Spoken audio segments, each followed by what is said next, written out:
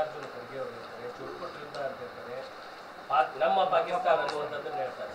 AICC ಅಧ್ಯಕ್ಷ ಖರ್ಗೆ ಸಾಹೇಬರು ಈ ರಾಷ್ಟ್ರದ ಒಬ್ಬ ನಾಯಕರು. ಅವರೆಲ್ಲ ಒಂದು ಕಡೆ ಅದೇನಂತೀವಿ ಕನ್ನಡದಲ್ಲಿ ನಾವು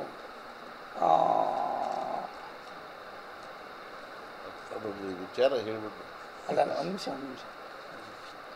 ಅವ್ರಿಗೆ ಏನು ಮಾತಾಡಬೇಕು ಅನ್ನೋದೇ ಗೊತ್ತಾಗ್ತಾ ಇಲ್ಲ. ಅವರು ಒಂದು ರೀತಿ ನಿರಾಸರಾಗಿದ್ದಾರೆ.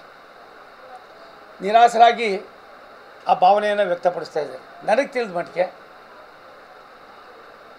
ಖರ್ಗೆ ಅವರ ಭಾವನೆ ಈ ಥರ ಇದೆ ಅಂದಾಗ ಅವರು ನನಗೆ ಭಾರಿ ಅವ್ರ ಬಗ್ಗೆ ಅಪಾರವಾದ ಗೌರವ, ನಂಬಿಕೆ, ಅವ್ರ ಕುಟುಂಬಕ್ಕಾಗಿರ್ತಕ್ಕಂಥ ಆಘಾತದಲ್ಲೂ ಕೂಡ ಅವ್ರು ಅನುಭವಿಸಿರ್ತಕ್ಕಂಥ ನೋವು, ಇವೆಲ್ಲವನ್ನು ಕೂಡ ನೋಡಿ ಅವರೆಲ್ಲ ಒಂದು ಕಡೆ ನಿರಾಶಾದಾಯಕವಾದ ಭಾವನೆಗಳನ್ನು ವ್ಯಕ್ತಪಡಿಸಿರ್ತಕ್ಕಂಥದ್ದು ನನಗನ್ನಿಸದೆ ಇದು ಒಳ್ಳೆಯದಲ್ಲ.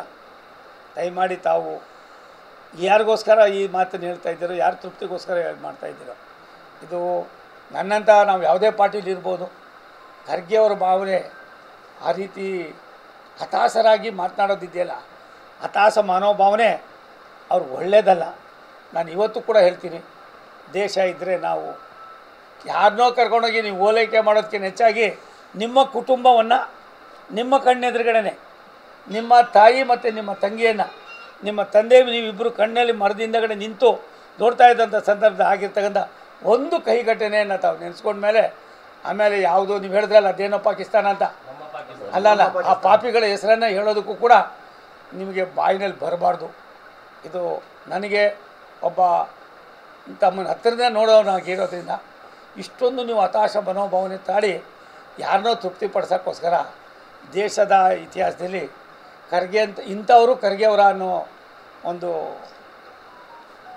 ಕೆಳಹಂತಕ್ಕೆ ತಾವು ಇಳಿದಿರ್ತಕ್ಕಂಥದ್ದು ನನ್ನಂಥವ್ರಿಗೆ ನೋವು ತಂದಿದೆ ಅಂದರೆ ನಿಮ್ಮ ಭಾವನೆ ಏನಿದೆಯೋ ನನಗೆ ಗೊತ್ತಿಲ್ಲ.